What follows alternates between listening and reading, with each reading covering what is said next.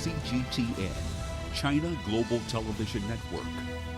There was a group on this side, you can call them the left, or you've just called them the left, that came violently attacking the other group. So you can say what you want, but that's the way it is. I think there's blame on both sides, and I have no doubt about it, and you don't have any doubt about it either. And if you reported it accurately, you would say. The blame is on both sides. That was American President Donald Trump's final remark on the violence witnessed in various American states in recent weeks. Trump's response to the horrific scenes in Charlottesville, Virginia, have incurred global condemnation. The U.S. president's neutrality on white supremacists and neo-Nazis versus anti-racists has been interpreted by some as endorsing racism, xenophobia, and discrimination. So has America's age-old problem of racism reached the tipping point? And is America still the beacon of hope and diversity? I'm Beatrice Marshall. Welcome to Talk Africa.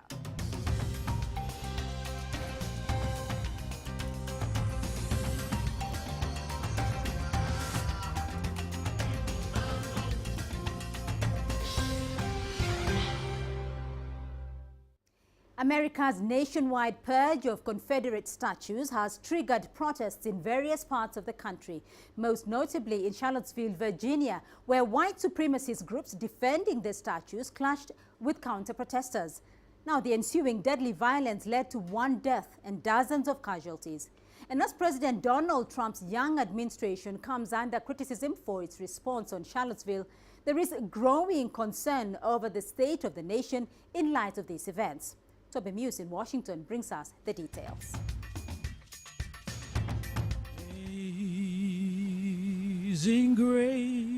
A poignant moment for a country raw with emotion. How sweet the sound.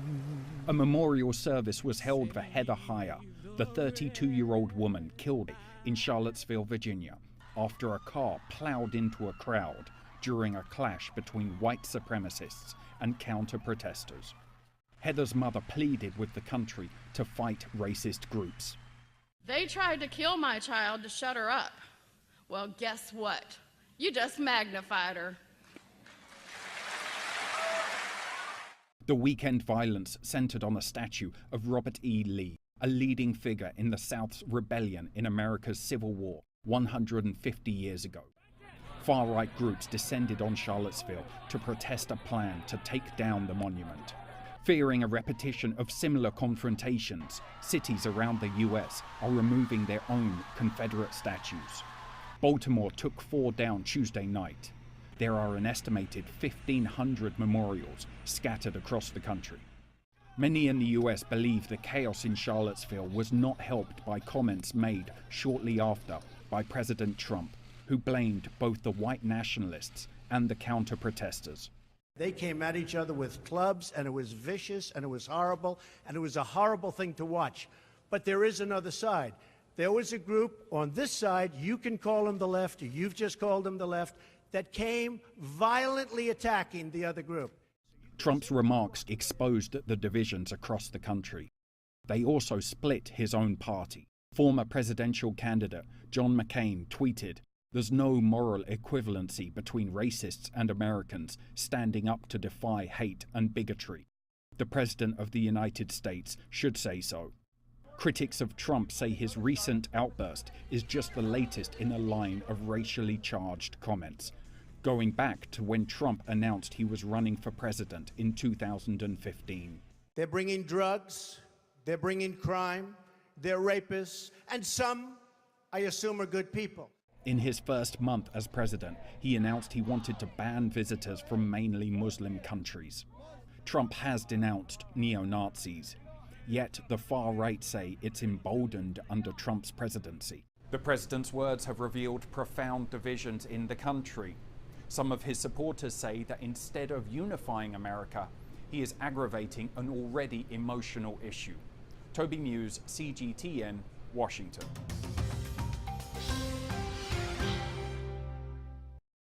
And to help us unpack these developments in the United States and their significance globally, I'm now joined by my expert guests. In Philadelphia, Michael Jones, co-founder of the National Tea Party movement; Professor Ahmed Musavi, political science professor at the University of Tehran; in Johannesburg, Gareth Lapierre, professor at the University of Pretoria; and with me in studio, Dr. Mustafa Yusuf Ali, a conflict resolution expert here in Nairobi. Gentlemen, thank you all for joining in on the program. Michael Jones, to you first in Philadelphia.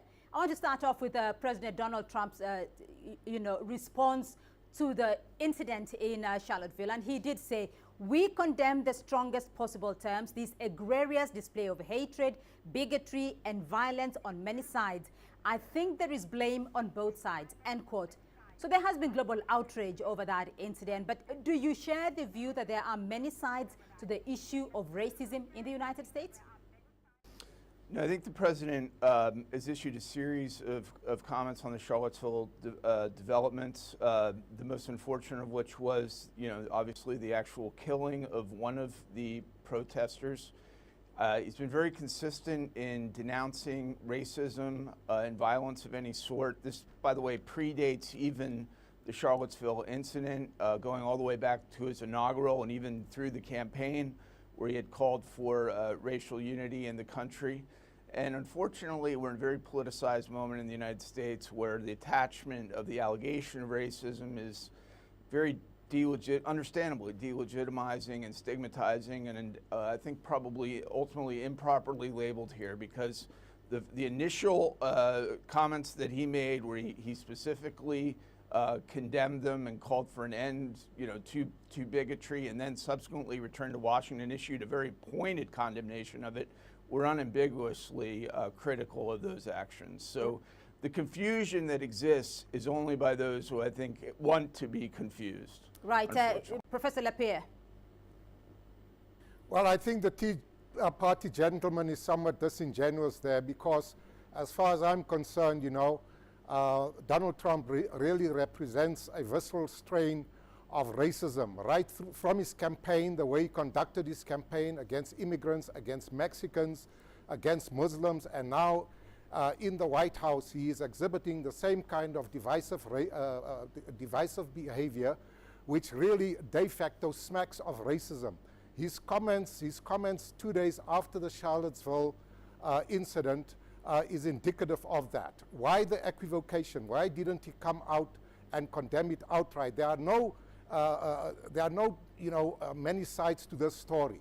There's one side to the story, and that is it runs in the American tradition.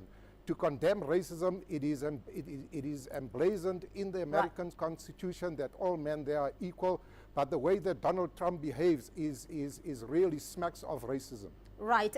Professor Musavi, though Iran is one of those countries that is facing a Muslim ban from Donald Trump, do you share the sentiments from the two gentlemen? Absolutely. I mean, there is absolutely no moral equivalency between people carrying torches and chanting neo-Nazi, white supremacist, racist slogans and the people trying to fight them.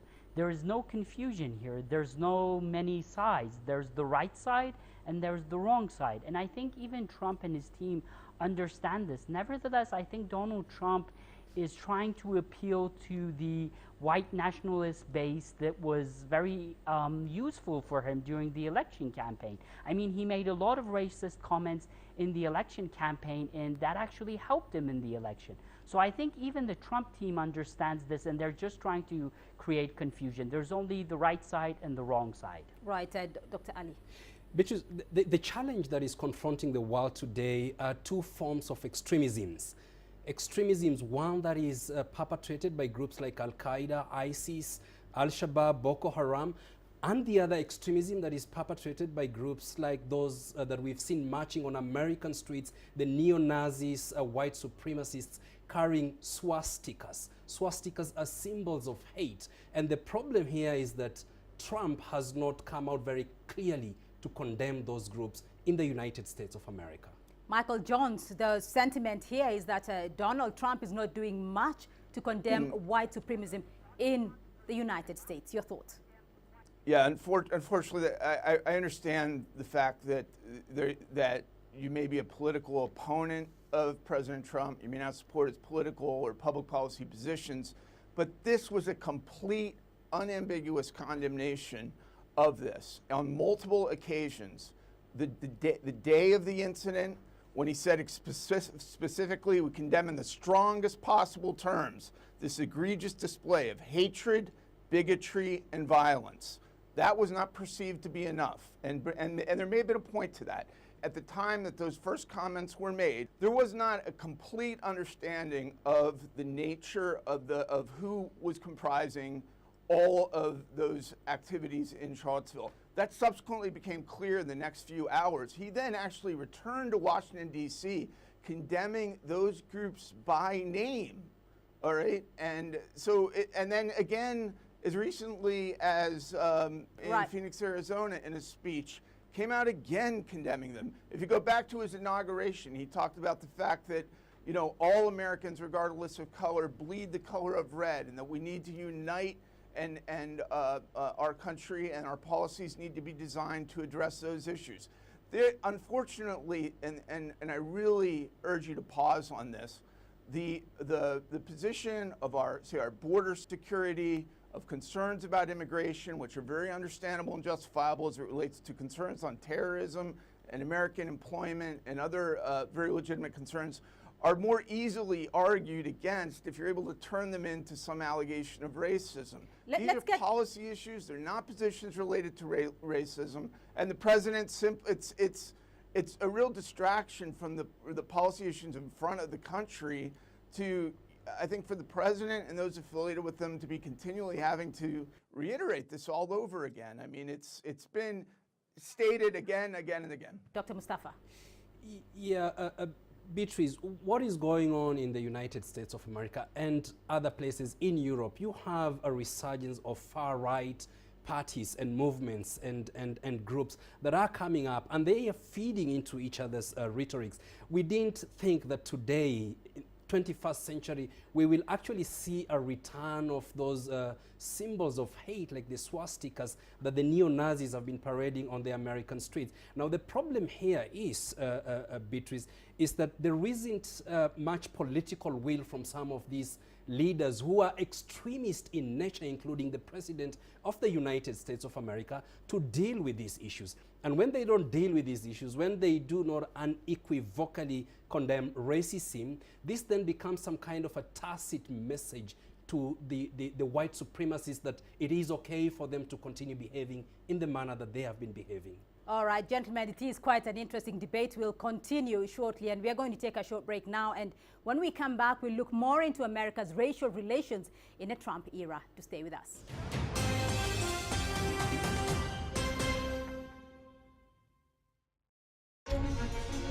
Images may appear to be identical, but looks can be deceiving. The difference is not always obvious. It has to be discovered. There are always different sides to a story. We put the focus on the details. To see more, to understand better. CGTN. See the difference.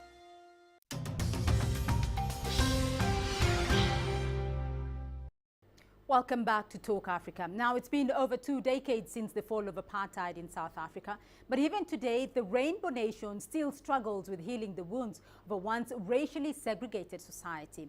And as new findings put racial relations in the United States as being at their lowest in years, South Africans warn of the risks of letting racial tensions simmer in today's society. Yulisanja Mela now reports from South Africa. It's been 23 years since the first multiracial national general elections in South Africa. But racism is still rife in this country, to an extent that government has now begun social cohesion dialogues, hoping to unify the nation. The ruling African National Congress is cautioning the US to guard against letting the racial tensions simmer. The ANC says, based on the South African context, the party has learned the hard way that it takes decades to heal wounds from racial divisions. As South Africans, we've got a history of a very racially divided society, a society that was based on hatred, on bigotry and prejudice. And so therefore we don't theorize around racial hatred and the damage that it can cause within a society. So we're calling on Americans and the leadership of America never to want to be neutral in such a situation. We must always take sides. We must always stand with those who want the universal principles of justice, of a common humanity. Sangoni says US President Donald Trump would be best placed not to blame both sides of the divide or maintain neutrality on the matter. As the ANC, we continue to believe that South Africa and indeed the world belongs to all who live in it, whether they are black or white.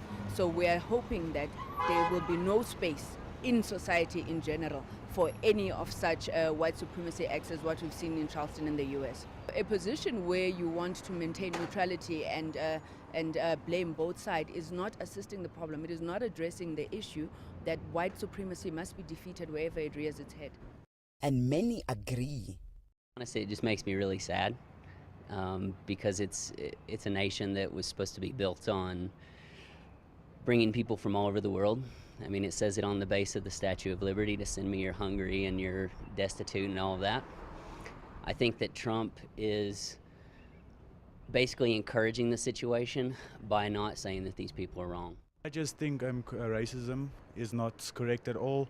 All people have same rights. I mean, color doesn't matter. At the end of the day, we should stand together. We shouldn't choose sides. International Affairs Department wouldn't comment on this matter. Yolisa Njamela, CGTN, Johannesburg, South Africa.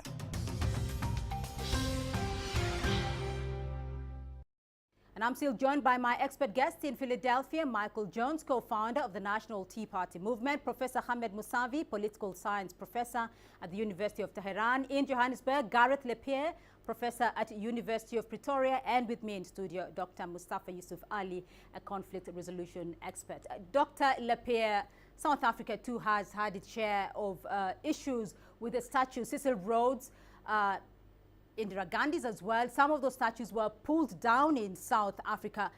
What exactly has been the impact of drowning or removing those statues in South Africa? What's been the symbolism of that? Well, Beatrice, this was very controversial because, you know, the tearing down of those statues, which were actually, you know, remnants of South Africa's colonial past, was extremely controversial because this was done essentially by students who are very dissatisfied with the continued remnants of apartheid thinking in the South African body politic, but particularly with regard to how tertiary education was being conducted. But that symbolism, I think, was important to the extent, you know, that racism and racial behavior still runs very deep in the DNA of the society. And I think, you know, the analogy with the United States resonates quite deeply because there are still symbols of the old regime, the Confederate regime of the United States, for example, Robert E. Lee, which still evokes pretty negative perceptions as well as memories.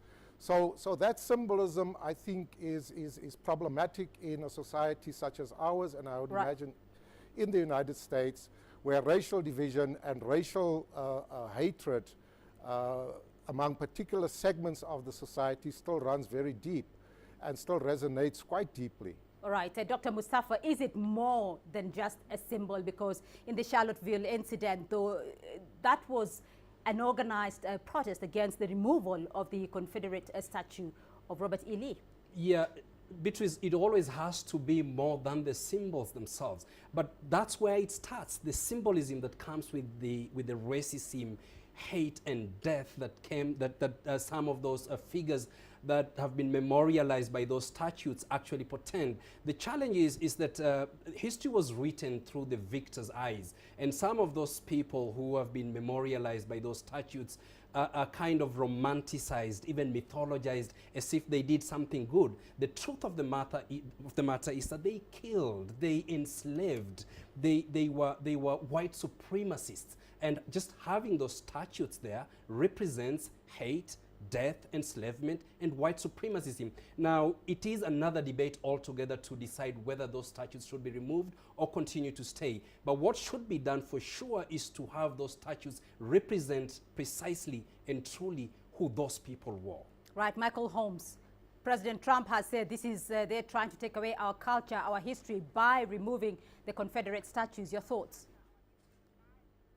Well, a few things here. Number one, the position of the president, my position as well, is that the decision on public memorials or statues is one that should be left to the locales that erected them. If they decide, which, by the way, it's so politically convenient that all of a sudden this has come up. It hasn't been addressed in decades here. It wasn't addressed during the Obama administration at all. All of a sudden there's a sense of urgency on it. But you know, in many cases, communities in the United States have decided to either remove them, some have decided to keep them, some have decided to move them into more historic or museum situations so that they're not perceived as necessarily unequivocally praising these individuals, even though they are a core part of American history. Right. In some respects, if the importance is to remember American history, their presence there is important. But secondly, let me just say this.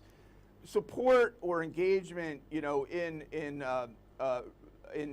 racism and slavery and whatnot before 1860 is one thing. Afterwards, after 1860 is even more egregious. And we have throughout the United States Capitol and throughout the state of West Virginia memorials to the Democrat Robert Byrd, who was a Senate Majority Leader, who was a KKK recruiter. Right. No Democrat, no liberal has called for tearing these statues down. And this man was active politically in the United States as recently as 20 years ago.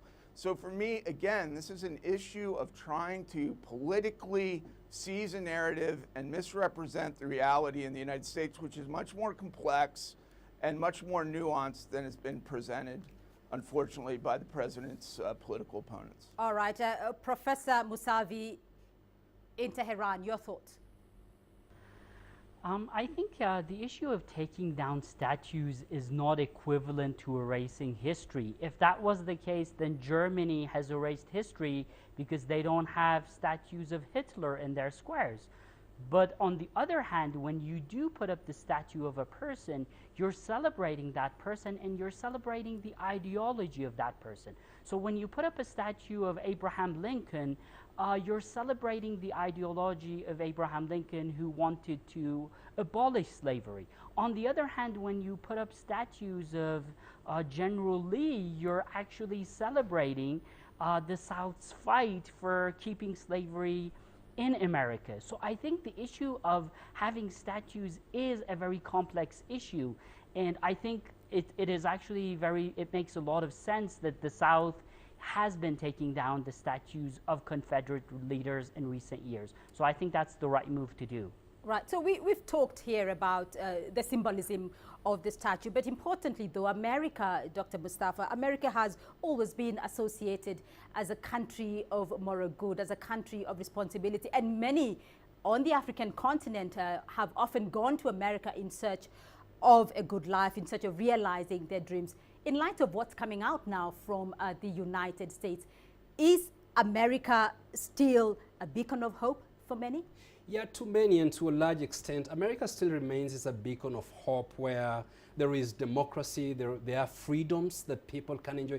That still continues. The challenge is that this has been stained, and I want to believe that is temporary. And that is temporary to the extent that the people who are parading themselves, who are parading the swastikas and other neo-Nazi symbols in the United States of America are few. In fact, they are less than 10% in the United States of America, together with the sympathizers, maybe 30%, but that's a dangerously high number of people who actually believe in hate and racism. If that is not confronted, then that is going to grow, and it is upon the Americans to confront the racist behavior and hate language that is coming from a minority of the United States of America. Professor Lapierre, in light of what's been coming out, is America still a beacon of hope?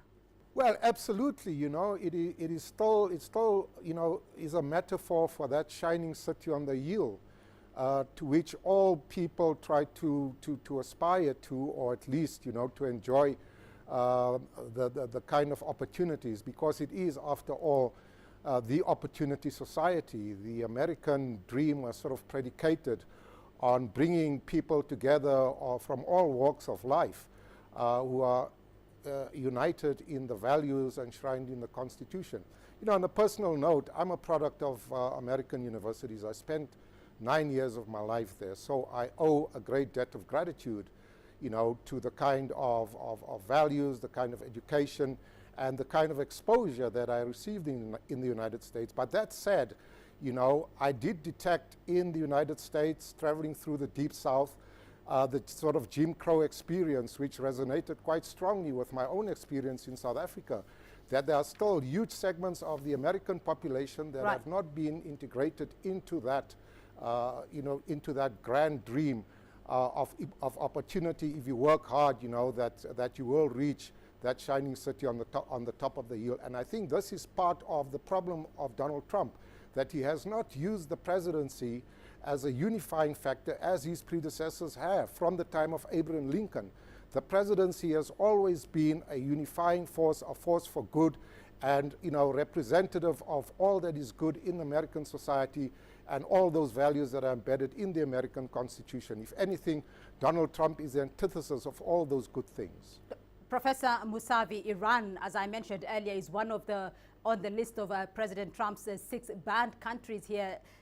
Does America still represent a realization of dreams for Iranians?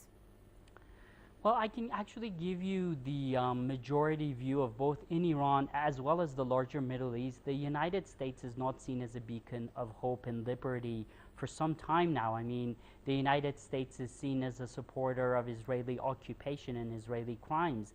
Also, the invasion of Iraq led to a lot of instability in the Middle East and led to the creation of ISIS. So even before Donald Trump came into power, the United States was seen very negatively due to the very damaging foreign policy it has had in the Middle East. Now, when Trump came into power, this image of the United States has actually been magnified because Donald Trump has adopted very aggressive and very harsh policies, both towards Muslims and as well as towards Iran. I think it's very interesting that from the 6 Muslim countries that are named in the visa ban, not a single one of them, the citizens of those countries, have acted in any terrorist operation in the United States. So I think from the Middle East, it's seen that maybe Donald Trump and his administration is aggressive towards Muslims in general. Right. Michael Jones, you have the final word on this. And based on the events from Charlottesville, do you think that America needs to restore its image on the globe? I believe that there's no country held in higher esteem around the world than the United States of America, and for good reason. The promise for opportunity in this country is unmatched. I've been in all regions of the world. I've been throughout Africa as well. And there's also no confusion as to why people from all over the world want to come here. And that's because I think it's pretty broadly realized that those opportunities exist. We do have issues as it relates to, I concede, the issue of development in many of our urban areas, which predominantly have been run by the Democratic Party, not by Donald Trump's Republican Party, for decades. And those issues need to be tackled, and that means, you know, we need to make these areas job creating. They need to be, the educational systems need to improve. There needs to be a reduction of crime, and that means that these policies need to be looked at freshly and anew, and President Trump has been committed to doing that. Right, gentlemen, thank you very much for your insights in Philadelphia. Michael Jones, co-founder of the National Tea Party movement. Professor Hamed Musavi, political science professor at the University of Tehran. In Johannesburg, Gareth Lepierre, professor at the University of Pretoria. And with me in studio, Dr. Mustafa Ali, conflict resolution expert. Thank you for joining us on the program. And remember, you can join the conversation online through Facebook, Twitter, and YouTube. And do tune in again next week for more Talk Africa. From me, Beatrice Marshall. Goodbye.